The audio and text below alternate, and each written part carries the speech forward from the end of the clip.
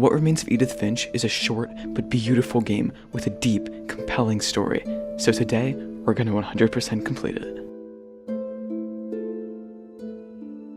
Oh, there's a book, okay. After getting my bearings, I figured out I had to open the book to continue. Oh, E. Okay, we open the book.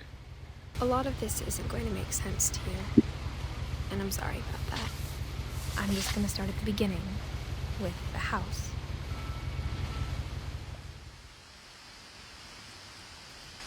Where have we ended up? I lived here until I was 11, but I wasn't allowed inside half the rooms. Is that the house up there that we're gonna explore? I hadn't been back since my brother Lewis's funeral.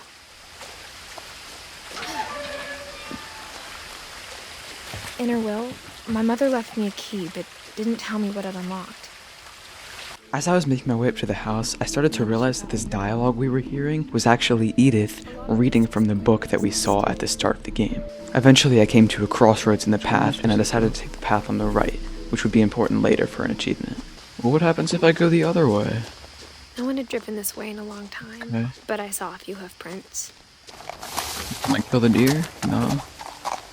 I don't have like a bow or something I'm equipped with?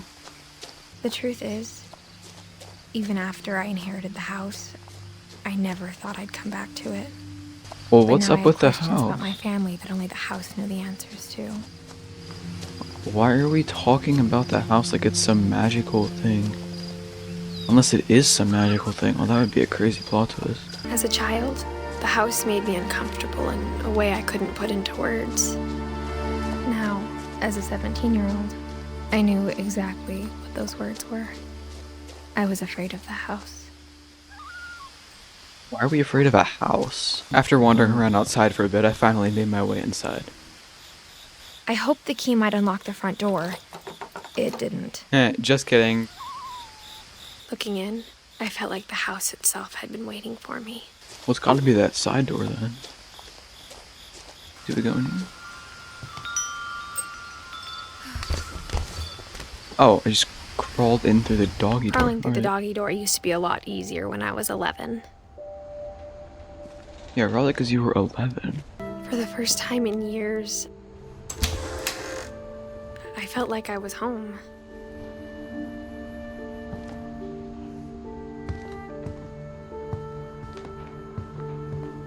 But instead of a family, there were just memories of one. I was beginning to realize how sad the story really was as I made my way into the main room of the house. Nothing in the house looked abnormal. There was just too much of it, like a smile with too many teeth. Why is this door looking mad mysterious? Ooh, box. A lot of things got Dialogue. left behind in the whirlwind of that last night. That sounds intriguing. Even the fireplace had a story. Edie told me the bricks came from the original house, after it sank. The table was still a wreck from the night we left. What do they mean the night we left? What happened? After failing to get into the basement door and playing around with some freaky music box, I headed up the staircase to the rest of the house. After Milton disappeared, Mom sealed up all the bedrooms. Then Edie retaliated and drilled peepholes. I spent a lot of time playing in Great Uncle Walter's room. I think my mom sometimes regretted not sealing it up. Lewis told me there were secret passages, but I never believed him. But I discovered there was a secret passage hidden behind the book. Now it was time to find out what my mom had been afraid of. Oh. Wait, what?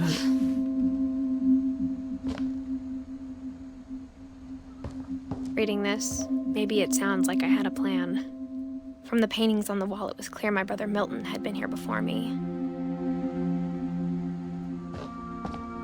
But I had no idea what was behind that door. Just like I had no idea where all this was gonna lead. I ended up in Molly's room. Who's Molly? Cousin or something, I'd assume. Molly's gerbil had a tiny bedroom with its own even tinier gerbil cage. Being inside for the first time, I felt like I'd stepped behind a painting. I got the sense Edie had spent a lot of time here, before my mom sealed the doors.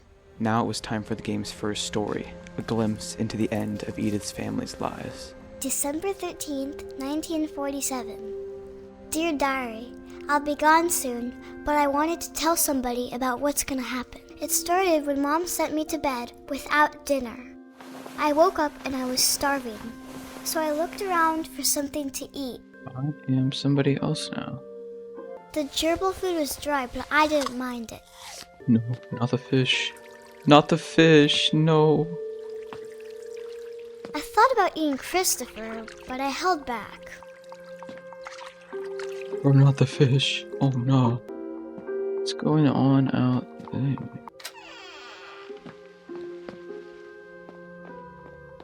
I kept eating and eating.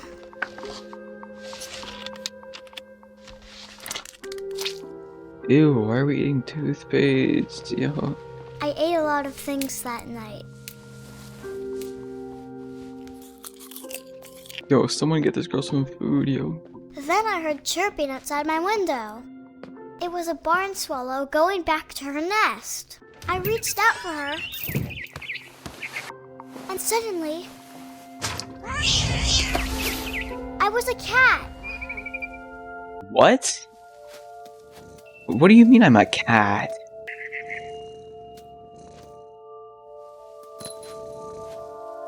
Maybe the house is magical. Maybe I was I wrong. tried to be quiet, but the bird was really scared.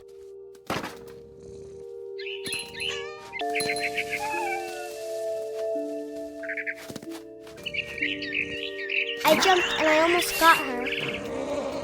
Now I was up in the big tree. I promised Dad I wouldn't climb it anymore. All I cared about was eating that mama bird. I gobbled her up. Oh no. Suddenly, I was an owl. First, all I heard was the wind. Then I heard little teeth nibbling in the grass. Rabbits. After what felt like way too long, I finally realized I had to swoop down and catch the rabbits in my talons. I imagined his face looking up and seeing mine through my talons. I swallowed him up, and I didn't chew one bit. Then Okay. he flew off to find something bigger. A mama rabbit.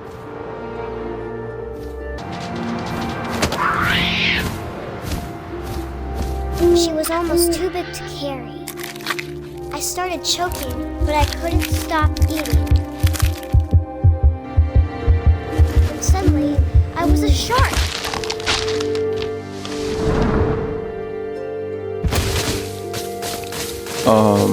This does not seem like the best place for a shark to be.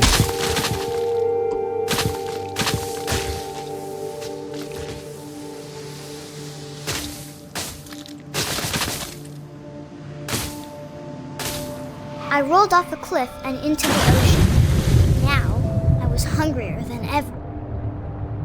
I wanted fat, juicy seeds. I tore off her flipper, and it tasted really good. After I caught another seal, somehow, Molly transformed again. When I opened my eyes, everything had changed.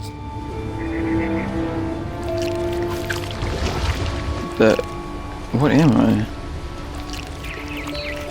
Am I an octopus? Now I was a monster, and I smelled people everywhere.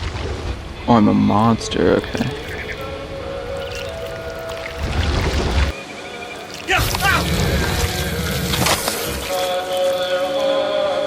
As I moved up the ship further, I eventually encountered a drunken sailor singing a song.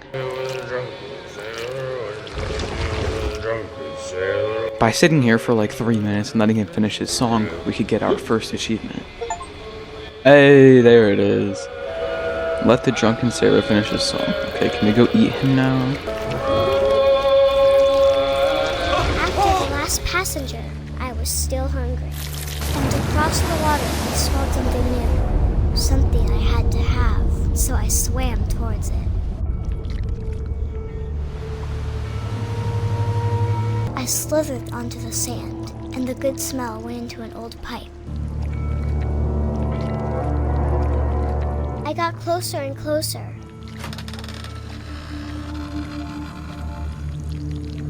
Wait, am I not back in her original room? All of my stomach started growling.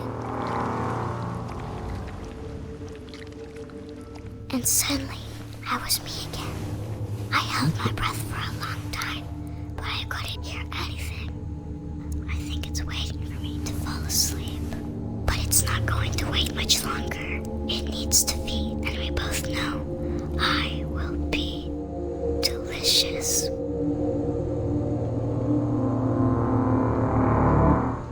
Yo, what? Excuse me?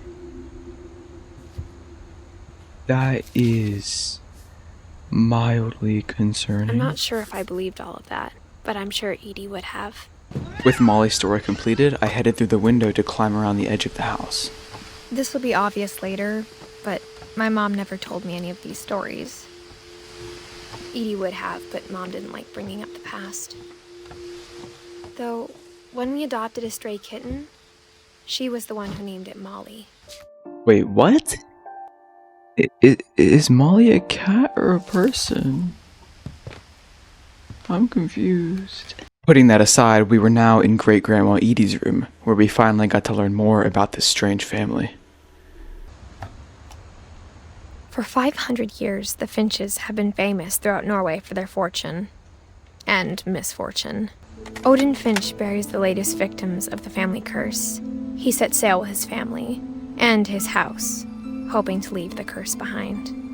But 40-foot waves off the coast of Washington send the house and Odin to the bottom of the sea. Odin's daughter Edie, with husband Sven and baby Molly, step ashore on their new home. Odin Finch is the first to be buried in the new family cemetery.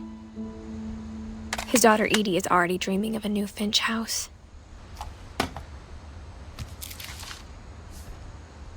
Whatever's wrong with this family, it goes back a long ways. Great-Grandma had always been the family's biggest fan. Oh, they even got like handprints of everybody. I spent some time looking around Edie's room, finding tons of interesting information about the family before I made my way into the bathroom.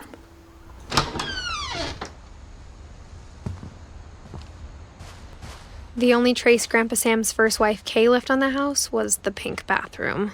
I came across a book, and after solving the puzzle that was inside, I revealed a secret passage. It's hidden in this book.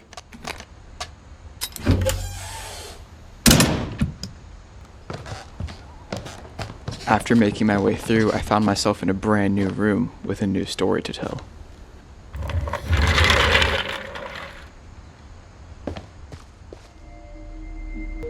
I knew Grandpa Sam had a twin.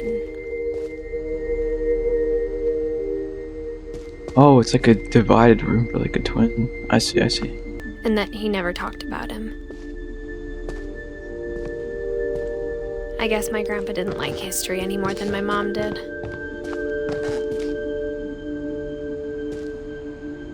Is there a story here? Ooh, what's this? How I Want to Remember My Brother by Sam Finch.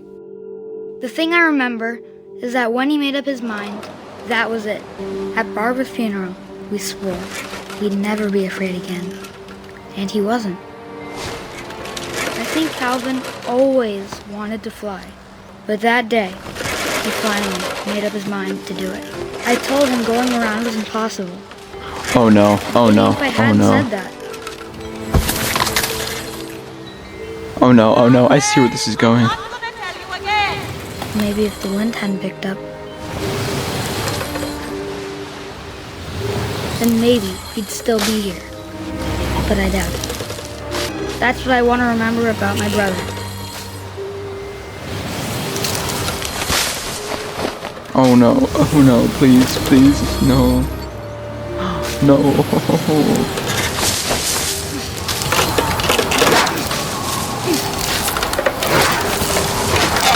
The day he made up his mind to fly. And he did. Oh. Wait, what? Calvin's story felt strangely familiar. When I was younger, I remember trying to do the exact same thing. Bro, I thought he was gonna like like jump off. I don't even know what happened there. Well, moving on. After the funeral, Edie roped off Calvin's half of the room. Oh, Mom yeah, said he Grandpa did Sam die. enlisted at 18 and never set foot in the room again. Oh, he did die. Oh no. Ooh, wait, what?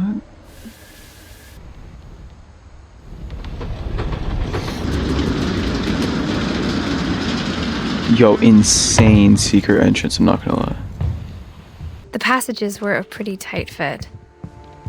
They'd obviously been built for smaller hands and bellies. After leaving the secret passageway, I went around to some of the rooms in the house and looked through all the peepholes long enough to hear Edith talk. I'd have to do this for every peephole in the game in order to unlock one of the final achievements.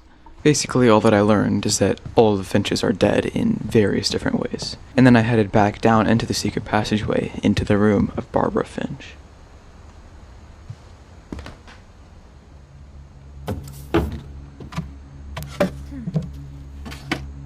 Growing up, I always thought of Barbara as a child star.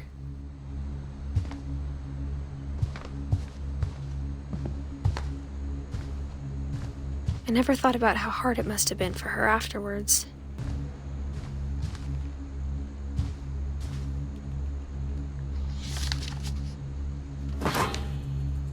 Of all the stories people wrote about Barbara's death, I'm surprised Edie saved this one. Barbara's story is pretty long and convoluted, so I'm gonna go and summarize it for you. Basically, she was a child star, famous for her scream in a popular horror film, but like most child stars, she lost popularity as she grew older. This whole section of the game is basically made through us playing through a comic book. We learned that Barbara and her boyfriend heard some creepy noises while hanging out one night alone at the Finch house. Also, I did find this pool table at one point and was able to get another achievement. We got an achievement for that. Clear all the balls off the pool table. Okay, now what am I actually supposed to do? Oh! But overall, the story kind of just escalates into an exaggerated horror thing with masked intruders and monsters. But in the end, it all comes to a close with another Finch death. And with her final breath, Barbara Finch gave the performance of her life.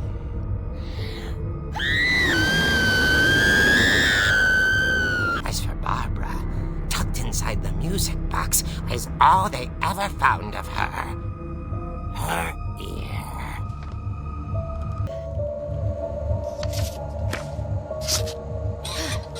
Yo, that was freaky.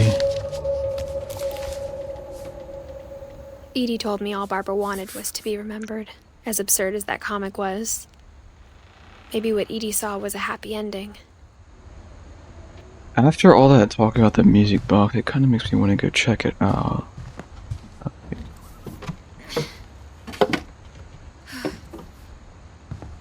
It's funny. All those times I played with the music box and never found the basement key. Low-key seems like they want me to go for the music box.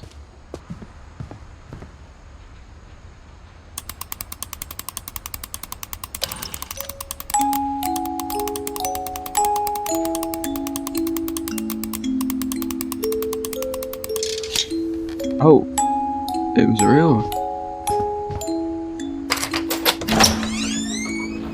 Oh, shoot.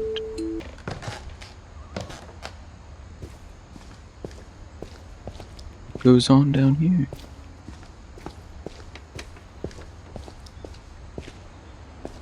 Mom said the basement was off limits, unless I wanted another tetanus shot. I saw Edie sneak down to the basement once, carrying packages. I thought maybe she was hiding presents.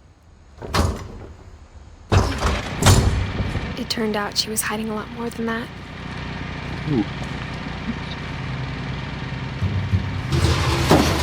Oh, I can't see it. I remember asking Mom once about where Walter had gone. She said after Barbara died, he got as far away as he could. Oh. If there's a pattern in all these stories, We got like I think it's that none of us has gotten very far. We got like the OP survival bunker.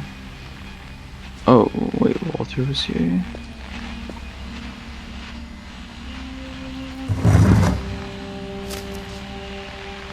Goodbye, everyone. I can't believe I've been down here for 30 years.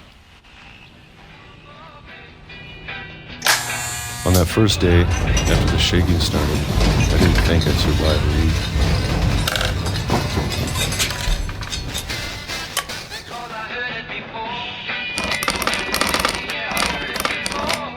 But after a few days, I settled into a routine. All Walter did was sit here in his bunker, opening his peaches every single day, hiding from a monster that was outside the door, until eventually the rattling stopped, and he had to leave. I'm done waiting. I have to leave, while I still can.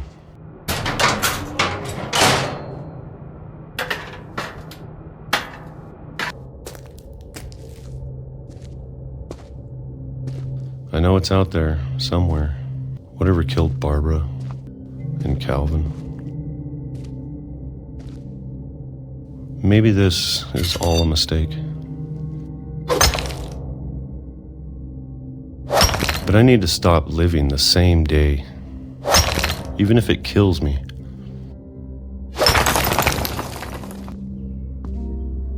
Whatever's out there, I want you to know I'm ready for it. How did I get to a train track? I don't mind if I only have a year left. Or a month. Or a single week. I'd be happy with one new day. I can already imagine the sun on my face. Yo, what?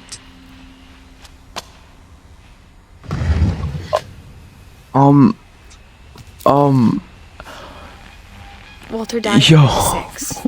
What? I can't believe my mom never told me he was down here. Oh, glorious. I get to go down as well. But if she never told me about an uncle under the house, I can only imagine what else she was hiding. I don't want to make the same mistakes she made. Trying to bury something that's still alive. Oh, that's how he got to the train tracks. Okay. Now that there's only one of us left, or maybe 2, I thought it was time I heard the stories for myself and found out what happened to everyone else. So Edith is the last Finch alive, and everybody else managed to die somehow. But now I'm worried the stories themselves might be the problem. Maybe we believed so much in a family curse, we made it real.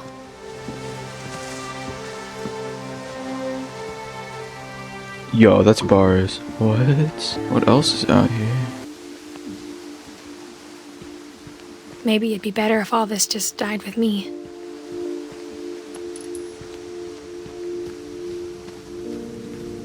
But I thought you should know about your family. Wait, who's she writing and the this to? history you're a part of. Though to be honest, I feel as lost as you probably do right now.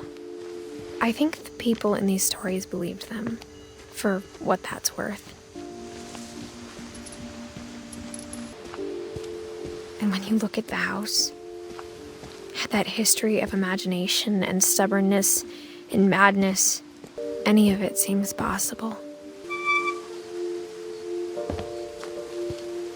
I think we've been surrounded by death for so long, we've just gotten used to it. What kind of family finishes building a cemetery before starting the house? Sven built the house, but it was Edie who designed the cemetery. Molly, Alvin, Sven, Edie. I'm sure Odin's monument had been Edie's idea.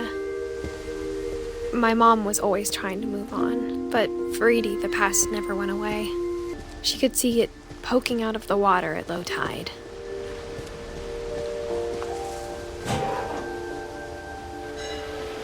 Edie said she dreamed about the old house every night. Her dad had been pretty strict, but it wasn't enough to save her brothers. She was just trying to do better. Sam, Gus, and Gregory. She lost 2 of her brothers, just like I did. I get why she tried so hard to protect us. Oh wait, I click on this guy. We never found Milton's body, so my mom insisted we were putting up a monument, not a tombstone. There's so many things I wish I could ask my mom now. Part of me thinks this is what she wanted all along. For me to come back someday and find everything out for myself.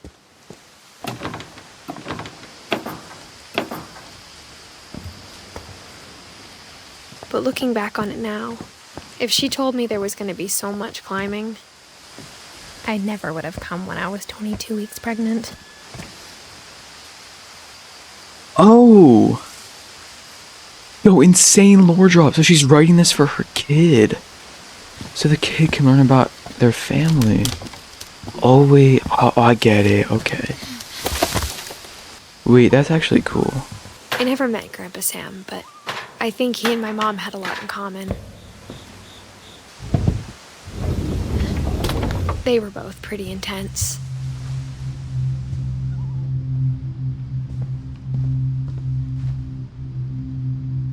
Let's find out what happened to Sam.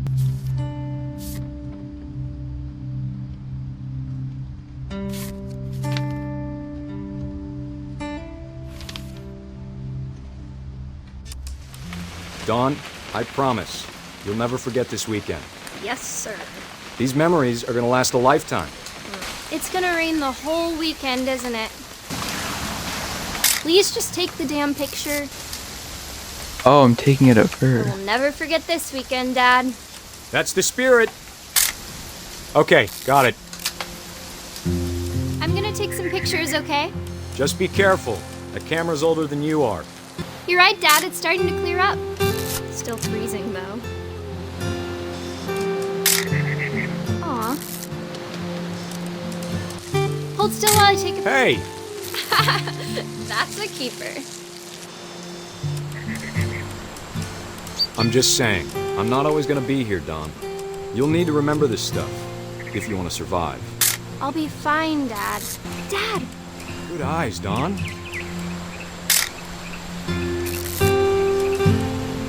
Before you take the shot, let me get a picture of you. Dad,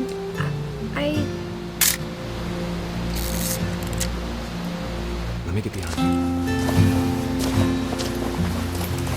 do I have to do this? Dawn, you don't have to do anything. But if you want to survive... Great shot, Dawn! I'm proud of you, Dawn. Always remember that, okay?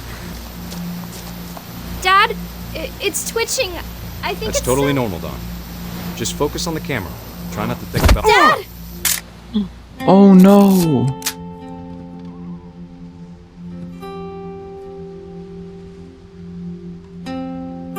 Oh my gosh, dude. Of all these stories, that's the one I wish most that my mom had told me. Get me out of this room, bro. After Sam died, my mom and Edie got really close. They'd both lost a lot.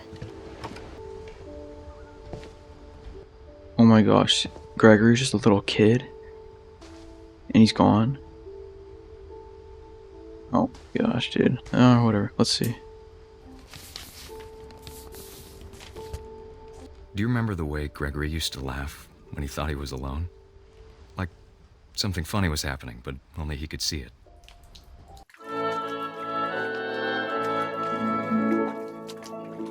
I think he saw things the rest of us don't.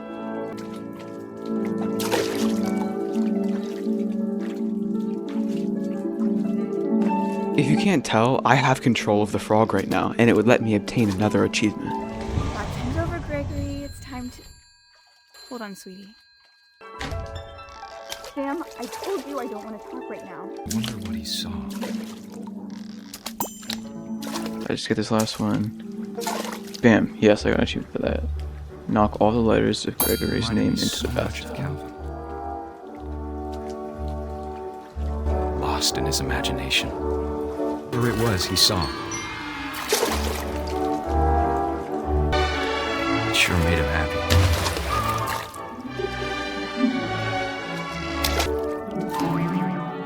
I know how silly it sounds.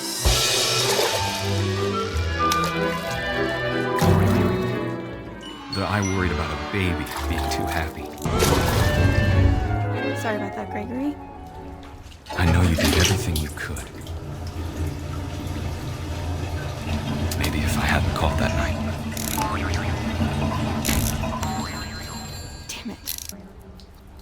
wish he could have told us Oh no. about the world he saw. Oh no. Oh no. Oh no. No, not the kid. No, no. Dude, this is sad. There's so much I don't understand about Gregory.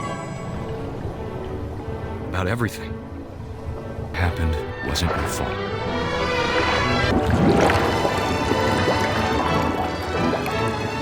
I'm sure he's happy. And he'd want you to be happy too. Yo, this game Good luck, is sad, bro. Love, Sam. What? Dude. Yo, this is sad. Like, what?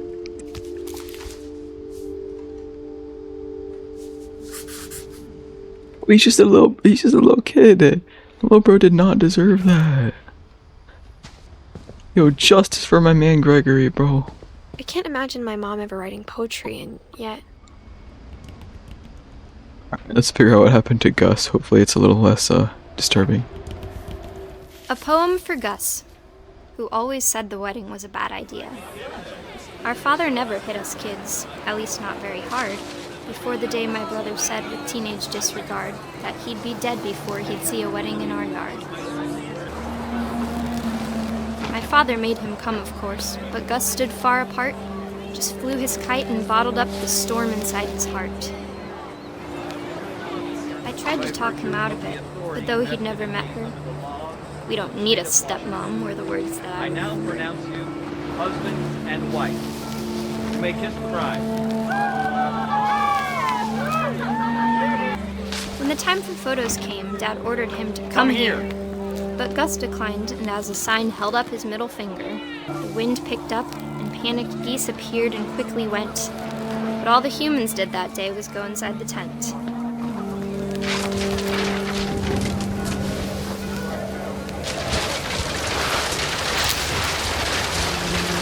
The rain came down in buckets then, but no one seemed afraid that nature might destroy the tent our dad had crudely made. The thunder sounded much too close and full of angry power, but all my father said to this was, "Make the music louder."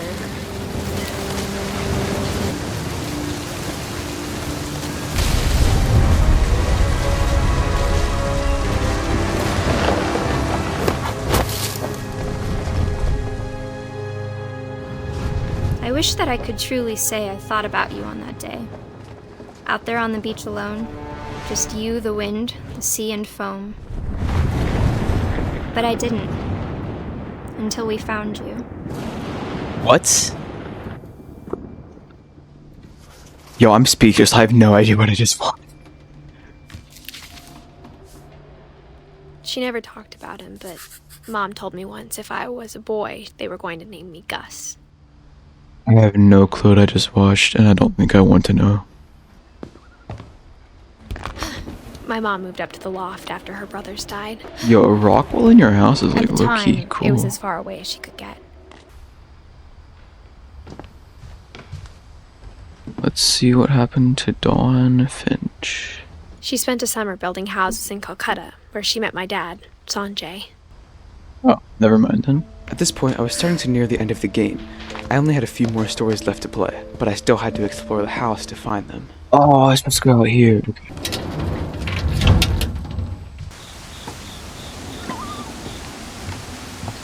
When my dad died, I don't think Mom knew where else to go.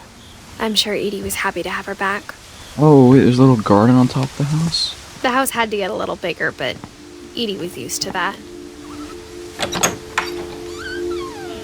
And for a while, things were good. But it didn't last.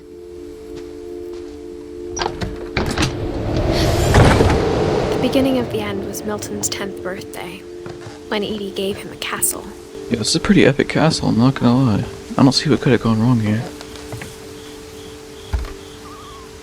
After Milton disappeared, the only thing he left behind was a room full of paintings.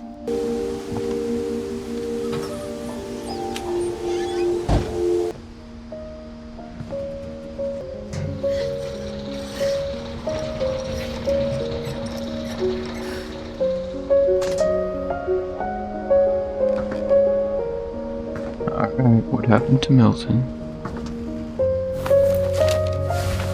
Milton Finch in The Magic Paintbrush.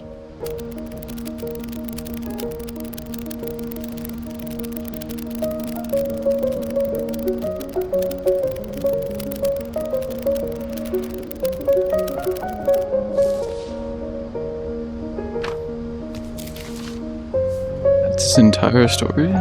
I was 4 when Milton disappeared. Yeah, what happened to him? Am I missing something? That didn't tell us what happened to him. Mom Unless spent that months searching for my brother. is what happened Then to she him? sealed the doors. Whatever Milton had found in the house, Mom didn't want it getting out.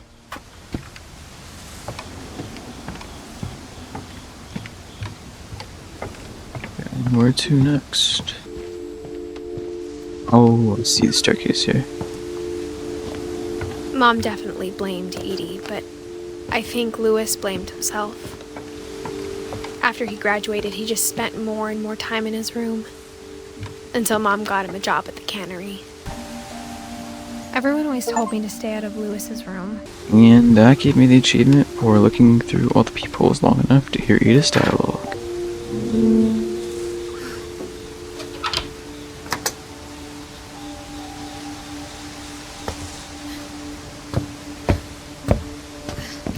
Louis's room smelled very, very familiar. That part of him lived on. With another achievement under my belt, we could finally get into the most deep and psychologically interesting story of this entire game. Dear Mrs. Finch, as Louis's psychiatrist, I can understand your desire for an explanation. As I see it, the trouble began in January, shortly after we convinced your son to seek treatment for substance abuse. Newly sober, I believe Louis first noticed the monotony of his daily life. He kept working at the cannery, but he withdrew part of himself. In our sessions, I saw the same behavior. Lost in the monotony of his daily life, Louis began to imagine things. Oh, wait. Oh, I'm controlling him. Oh, yo, I was so confused for a second. I have to do like both of these at the same time. He said he started small. I'm so good at multitasking, holy crap. He'd feel his way about, then something moved. Bats. And toads.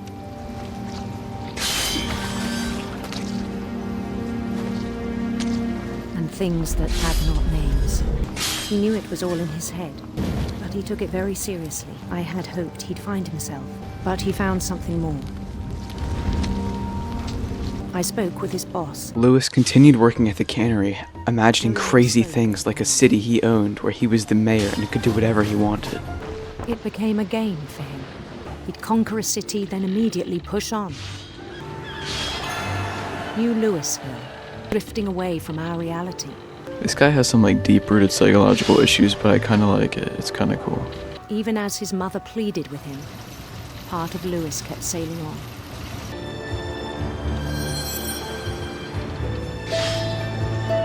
His chase led him to a golden palace east of the sun and west of the moon. Even then, his logic remained sound. He knew the world was all in his imagination. But he was so proud of having created it. He'd become something greater than a king. Yo, we are balling right now, bro. For someone who'd never known success in the real world, I think it was overwhelming. And then it struck him that the real Louis was not the one chopping salmon, but the one climbing the steps of a golden palace. My imagination is as real as my body, he told me. We might be out of the 9 to 5, I'm not gonna lie. We began to forget the world we know. Oh no, we are still at the 9 to 5. I think it pained him to remember Louis, the cannery worker.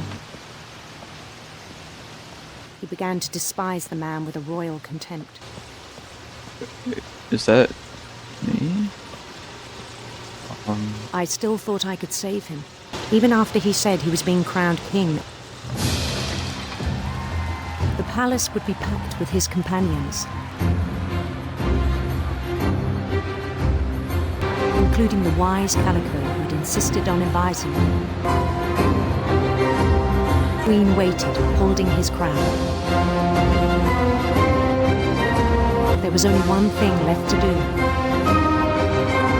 Bend down his head. I don't want to. I don't want to bend down my head.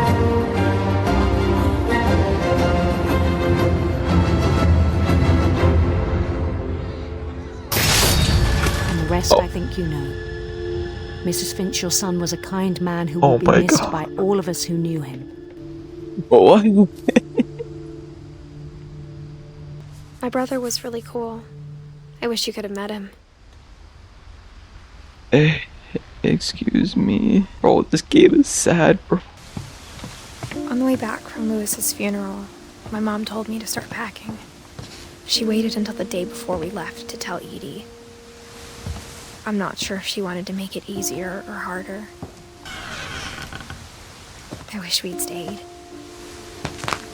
But I understand why we left. My mom ended up leaving everything behind. What happened that night had been coming for a long time. Maybe it should have come sooner. But it had to end one way or another. All that's left now is to tell you about that last night.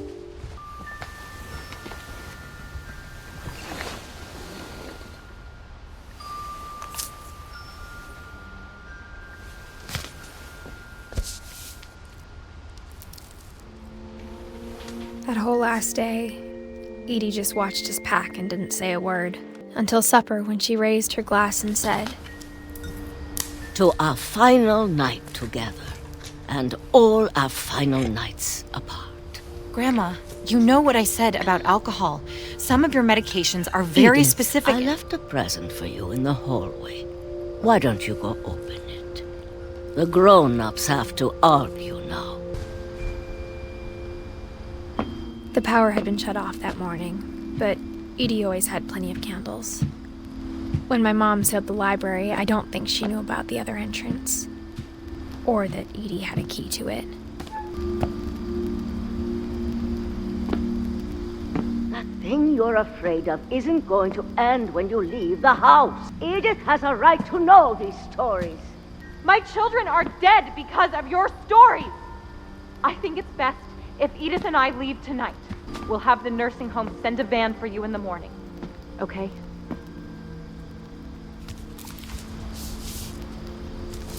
Dear Edith, there's so many stories I wish I could tell you, but there's only time for one. This is about what happened on the night you were born. That night, the tide went way, way out. It was the first and last time I ever saw the old house aground. They called it the lowest tide in 1,000 years. When the fog rolled in, I lost my way. I got turned around. I started seeing things.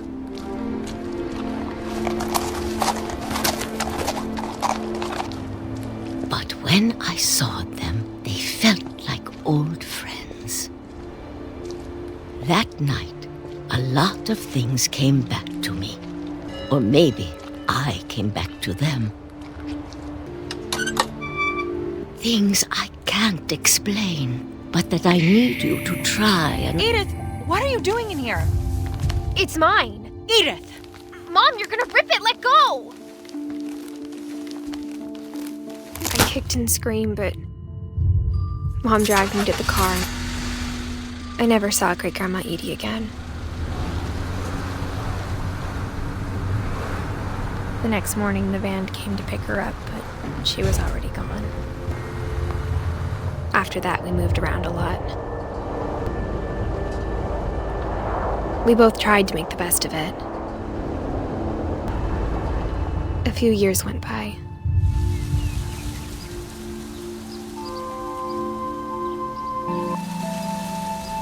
My mom didn't like to talk about it, but she started getting sick a lot. The rest happened pretty quickly. She got better for a while, and then she didn't. And then I was alone. The last Finch left alive.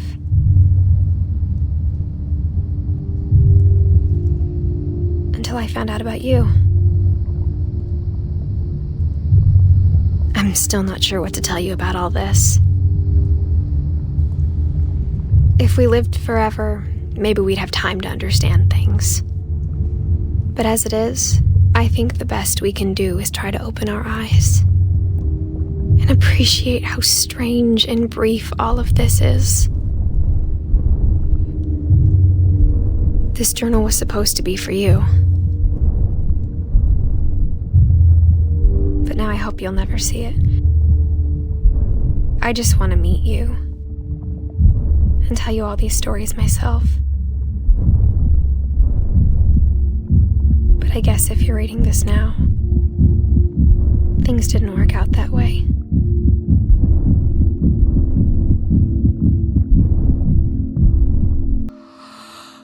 This is where your story begins. I'm sorry I won't be there to see it. It's a lot to ask, but I don't want you to be sad that I'm gone. I want you to be amazed that any of us ever had a chance to be here at all. Good luck. Wait, what? What?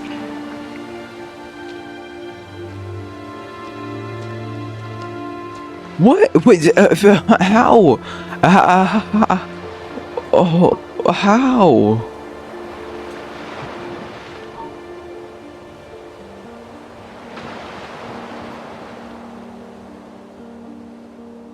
Yo, absolute cinema. Absolute cinema. Oh. With the game's story now complete, I can move on to the final couple achievements for 100% completion. And there's the achievement for finishing every story. Now there is an achievement for seeing somebody's name in the credits, so I'm assuming I just have to watch till the end. Oh, there it is. That was the guy right there. Dawn and Edie's thing that filled in as well. Now that I have completed the game, there's 3 more achievements to get, so I'm gonna replay a story, and we're gonna replay Calvin. To get this achievement, all I had to do was replay through Calvin's entire story again. The day he made up his mind to fly. And he did.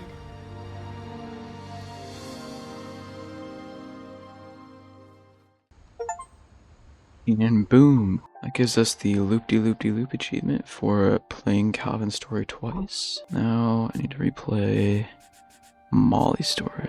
By getting to the part in Molly's story where you become an owl, you can get this achievement by swooping down on the rabbits very precisely. Boom! We have the Great Owl achievement for catching 2 rabbits in only 2 swoops. So the final achievement in the game is, if you remember... I lived here until I was 11. Shut up, Edith! Okay, if you remember back at the beginning, there was 2 paths. If I take the opposite path from what I originally took, that should be it. Last time I took that path, so I need to go down this way. The woods around the house have always been uncomfortably Boom. silent. 100% of the achievements in What Remains of Edith Finch.